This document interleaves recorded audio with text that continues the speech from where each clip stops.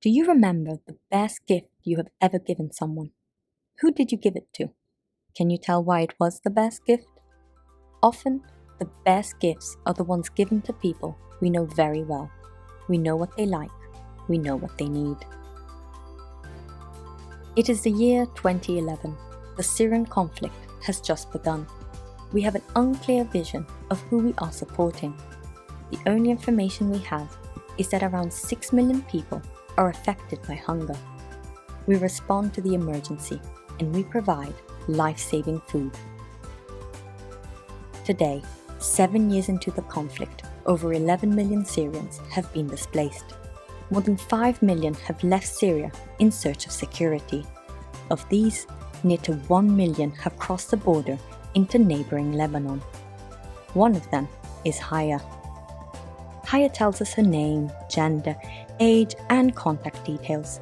She tells us how many children she has and their specific needs.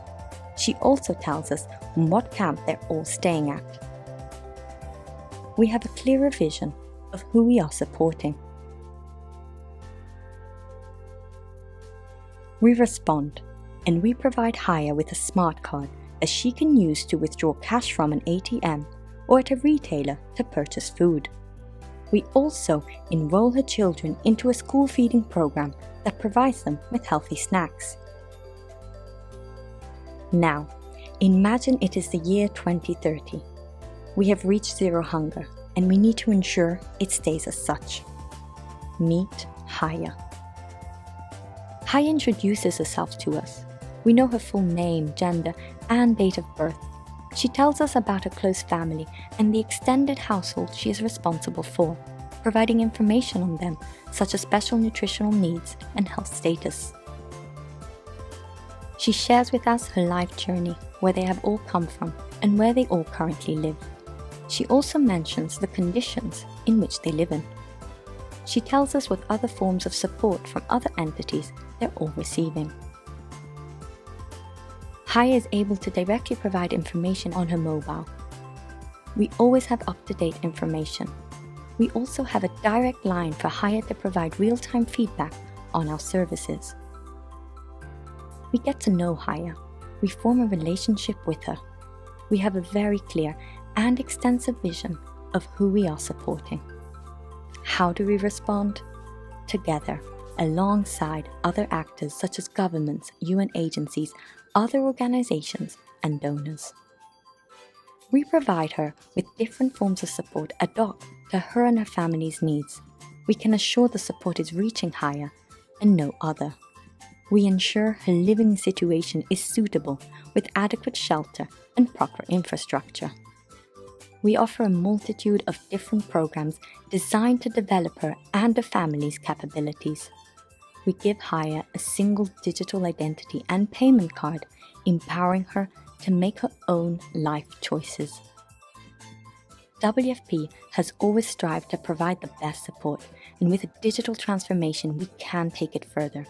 Gathering this kind of digital data and much more, we can enable a better service not only for us, but for all other actors too. We as WFP are the ones in a better position to make the year 2030 a reality. Where are we today? We're not there yet, but we are at a good point. Here are some examples of how digital transformation has better enabled our operations. In Malawi, we have digitally tracked the attendance in a stunting prevention program.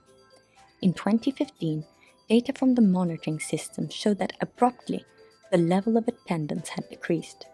We realized this was because many of the distribution points were too far. We promptly course-corrected the program and established new and closer ones. The level of attendance increased from 66 to 83%. In Bangladesh, prior to 2014, support was provided as 4 food items. In 2014, the introduction of electronic vouchers provided beneficiaries with a choice of 11 different food items, including fresh food. Now, in 2018, e-vouchers have been scaled up, and the selection of items has further increased to 18 food items distributed by WFP as well as 3 non-food items distributed by UNICEF and FAO. With e-vouchers transferred through WFP's platform and its multi-wallet solution, the choices of commodities provided grew from 4 to 21. In El Salvador, the CO is helping the government fight malnutrition by piloting the digitization of data in nutrition-sensitive social protection programs. The digitization consolidates and systemizes data, providing valuable information for field monitors and decision-makers, ultimately helping identify people without improvement in their nutritional status, search for them, and detect the cause. So what do we need to reach this future? The solution lies in the creation of a common ecosystem with the people we support at its center, where WFP, donors, governments, NGOs, UN agencies, the private sector, and individuals can interoperate with each other across different systems and tools to offer an array of services and goods delivered to people through a range of transfer modalities. An ecosystem that offers the assurance that the right benefit has been provided to the right person in the right way at the right time. An ecosystem where data is securely stored, meaning resources are safe, and most importantly, each person is protected.